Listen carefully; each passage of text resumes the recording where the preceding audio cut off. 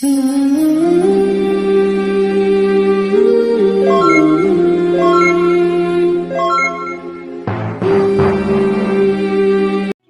wanita Tarim yang tidak ditanya oleh malaikat Mungkar Nakir saat dalam kubur. Dia beda sendiri dengan manusia mati lainnya. Dikabarkan anak dari wanita yang sudah meninggal itu bermimpi melihat ibunya tinggal di sebuah singgasana yang sangat indah.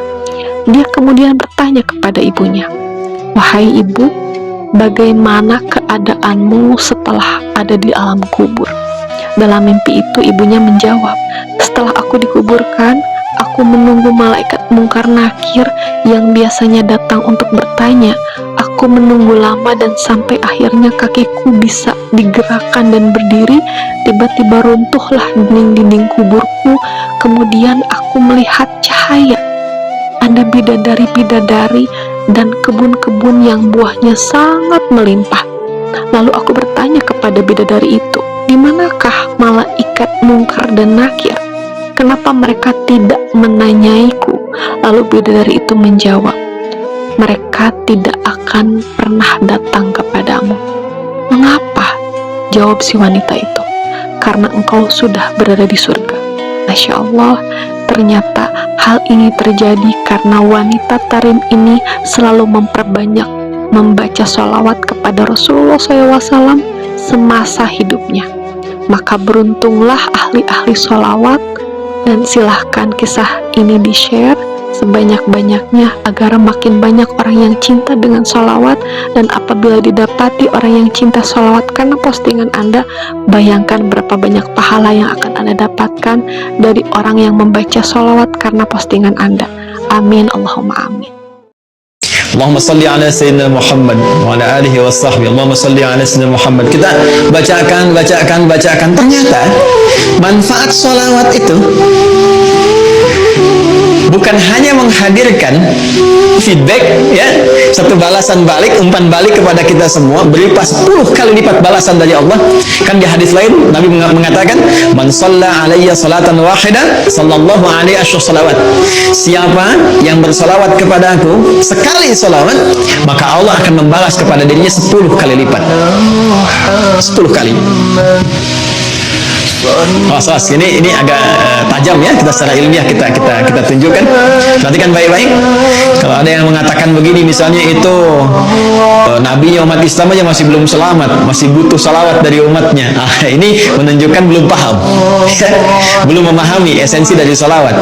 Ya, esensi salawat itu pada hakikatnya bukan untuk Nabi Muhammad, tapi kemuliaan Nabi itu yang melahirkan aura kebaikan yang dampaknya diberikan kepada kita.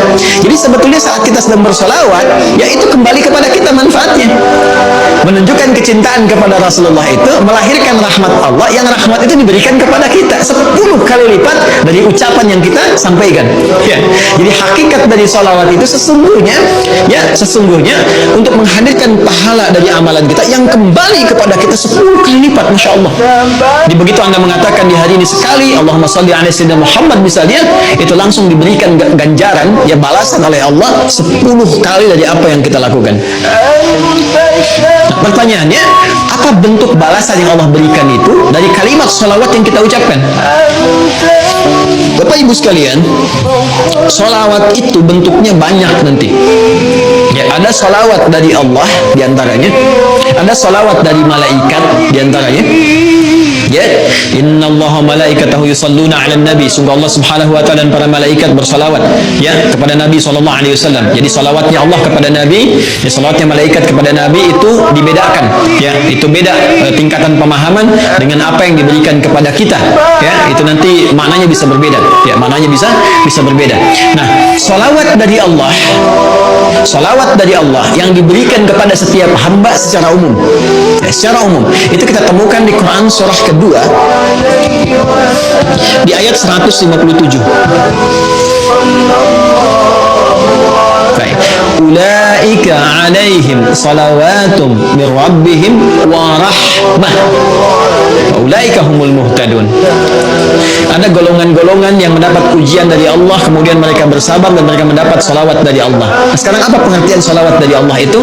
Langsung ditafsir dengan ayat Al-Quran. Perhatikan kalimatnya, dijelaskan oleh Allah, ulaika alaihim salawatu min rabbihim, mereka itulah orang-orang yang mendapatkan salawat dari Allah subhanahu wa ta'ala, wa rahmah, dan rahmat. Jadi bentuk salawat yang pertama itu bisa berupa rahmat.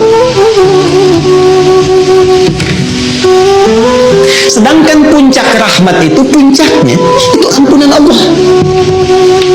Ya, puncak dari rahmat Allah yang diberikan kepada hamba itu ampunan dari semua dosa. Masih ingat Bapak Ibu, tadi di awal saya katakan, ya, surah tentang syafaat itu yang punya Allah, bukankah di surat Az-Zumar di ayat 44 itu? Sekarang perhatikan Quran di surat yang sama, Quran surah ke-39 di ayat ke-53. Ayat ini turun merespon tentang seorang yang telah melakukan dosa besar, yang dia merasa putus asa. Wah, ini saya dapat gak ampunan dari Allah nih? Diampuni gak dosa ini nih? Dosa saya terlalu besar ini, terlalu banyak kesalahan yang saya perbuat. Tiba kemudian datang kepada Rasulullah turun ayat ini. Qul ya ibadiyalladzina asrafu ala anfusihim. Katakan Muhammad sallallahu alaihi wasallam kepada hamba-Ku yang merasa israf. Mereka berbuat kesalahan yang sudah banyak dilakukan. Matanya, lisannya, telinganya, tubuhnya banyak berbuat maksiat dalam kehidupan. La taqnatu min rahmatillah. Jangan putus asa untuk mendapatkan rahmat Allah subhanahu wa ta'ala. Innallaha yaghfiru dzunuba jami'a. Kalau Allah sudah berikan rahmatnya, maka Allah ampuni semua dosa-dosa yang melekat pada hambanya. Jadi puncak ampunan Allah kepada seorang hamba yang berbuat banyak maksiat dan dia mau kembali kepada Allah adalah apa yang diberikan berupa ampunan total yang disebut dengan rahmat. Ya, sehingga ada yang mengartikan salawat dari Allah itu sifatnya ampunan, maghfirah, dan puncak dari maghfirah adalah rahmat. Ya, sedangkan rahmat itu disatukan dalam konsep salawatullah, salawat dari Allah. Quran surah kedua ayat 157. Ulaika alaihim salawatu min rabbihim wa rahmah. Ya, sedangkan untuk mendapatkan salawat Allah ini cara cepatnya, shortcutnya kata Nabi, salawat pada Rasulullah. Ya. Siapa yang satu kali salawat kepada Nabi, maka Allah memberikan salawatnya 10 kali kepadanya. Masya Allah, dalam sehari Allah turunkan rahmatnya kepada seorang hamba. Ya, saya rahmati engkau, saya ampuni dosamu, saya maafkan kesalahanmu, jika ia tulus mengucapkan itu dalam kesehariannya. Ya, karena itu orang-orang soleh di masa lalu, bukan hanya ulama Pak, Bu. Ya, bukan hanya ulama, sampai ke level-level pemimpin. Ya, itu ada level pemimpin di masa era Turki Utsmani itu yang sehari itu bisa ribuan salawat kepada Nabi. Ya, Allahumma sholli ala sayyidina Muhammad, Allahumma sholli ala sayyidina Muhammad, di sela-sela yang senggang. Ya, Anda sambil kerjakan tugas, sambil bekerja yang kira-kira waktunya luang, perbanyak salawat, sambil nunggu misalnya waktu sholat, perbanyak salawat. Ternyata di antara manfaatnya ini berpeluang untuk mendekatkan kita meraih syafaat dari Rasulullah sallallahu alaihi wasallam. Maulaya salli wa sallim daiman abada ala habibika khairil khalqi. Bismillahirrahmanirrahim. Assalamualaikum warahmatullahi wabarakatuh. A'udzubillahi minasyaitonirrajim. Innallaha, sesungguhnya Allah Subhanahu wa taala bersalawat, wa malaikatahu, malaikat-malaikat bersalawat, yusalluna 'alan nabi, semuanya bersalawat kepada Nabi Muhammad SAW. Ya ayyuhalladzina amanu, hai orang-orang yang beriman, orang-orang yang percaya bahwa Allah berselawat, bahwa malaikat berselawat. Ya ayyuhalladzina amanu, hai orang yang percaya, sallu alaihi, berselawatlah kamu kepada Muhammad sallallahu alaihi wasallam. Kenapa ayat yang tidak langsung saja berselawatlah kamu? Kenapa mesti disebutkan Allah berselawat, malaikat berselawat? Apa sebenarnya yang terkandung dalam ayat ini? Sedangkan Allah berselawat, sedangkan malaikat-malaikat berselawat, mengapa kamu tidak mau berselawat? Allah berselawat, malaikat berselawat, orang beriman berselawat. Apa bedanya? Selawat Allah maknanya Allah ridha kepada Muhammad sallallahu alaihi wasallam.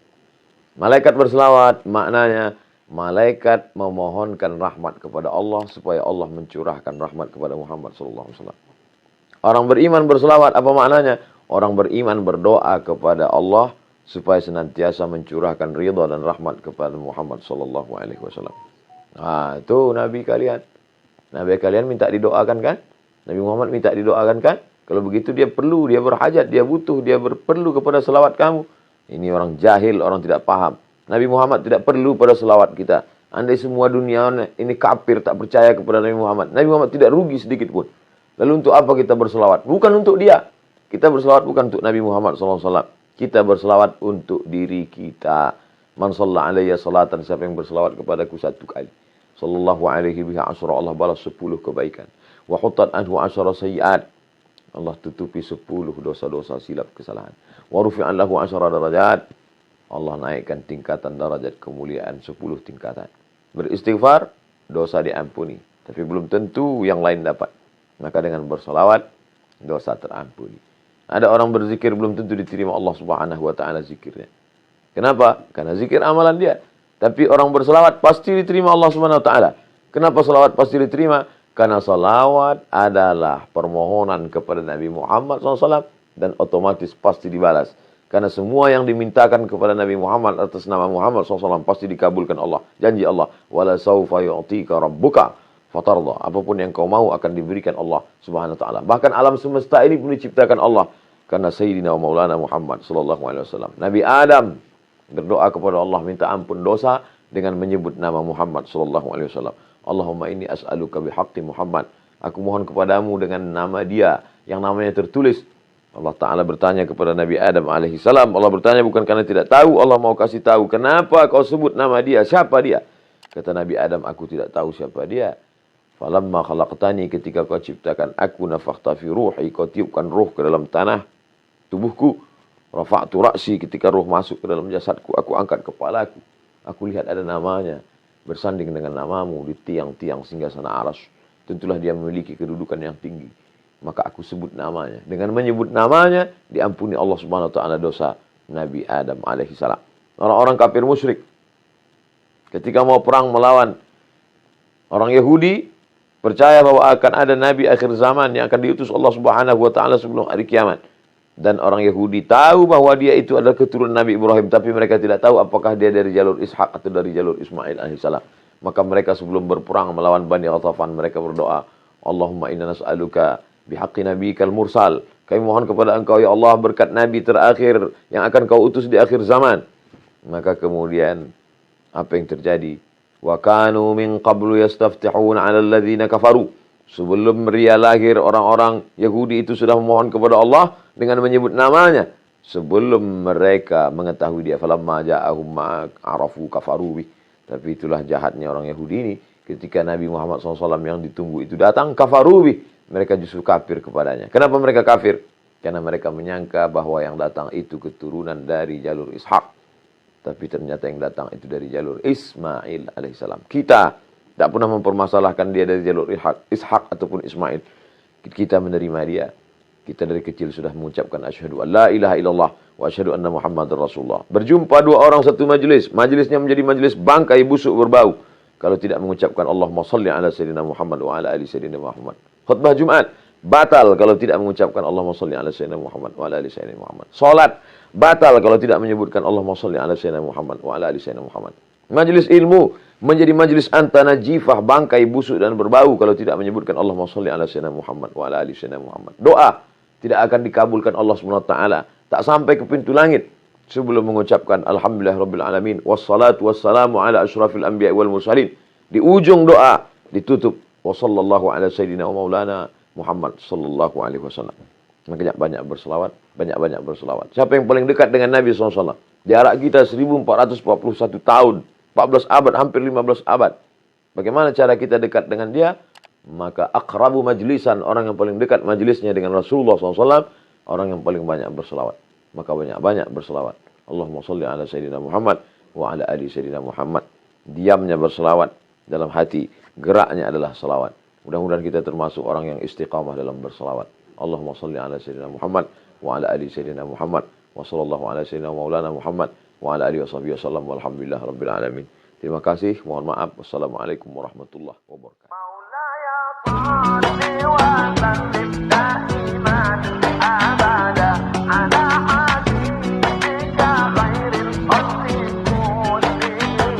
مولاي صل وسلم دائما أبدا على حبيبك خير الخلق كلهم مولاي صل وسلم دائما